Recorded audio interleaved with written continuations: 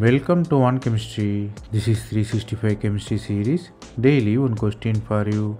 Here three different bromides are given. P is cyclopentadiene bromide, Q is heptatriene bromide, R is benzyl bromide. Among the three you have to find the rate of solvolysis. Here the rate of solvolysis is dictated by the stability of the intermediate. More stable the intermediate, faster will be the reaction. Hence the solvolysis will be Q or P. Same is the stability order. Let us analyze why here.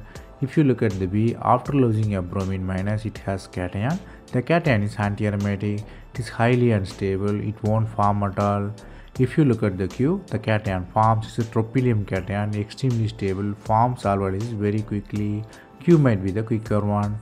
If you look at the R, it forms benzyl cation. It is stable by the resonance but don't have any aromatic stability. So it is faster than P but slower than Q.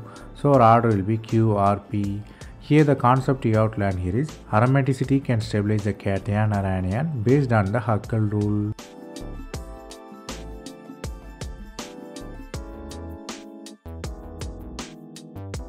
That's all from this video. Thanks for watching.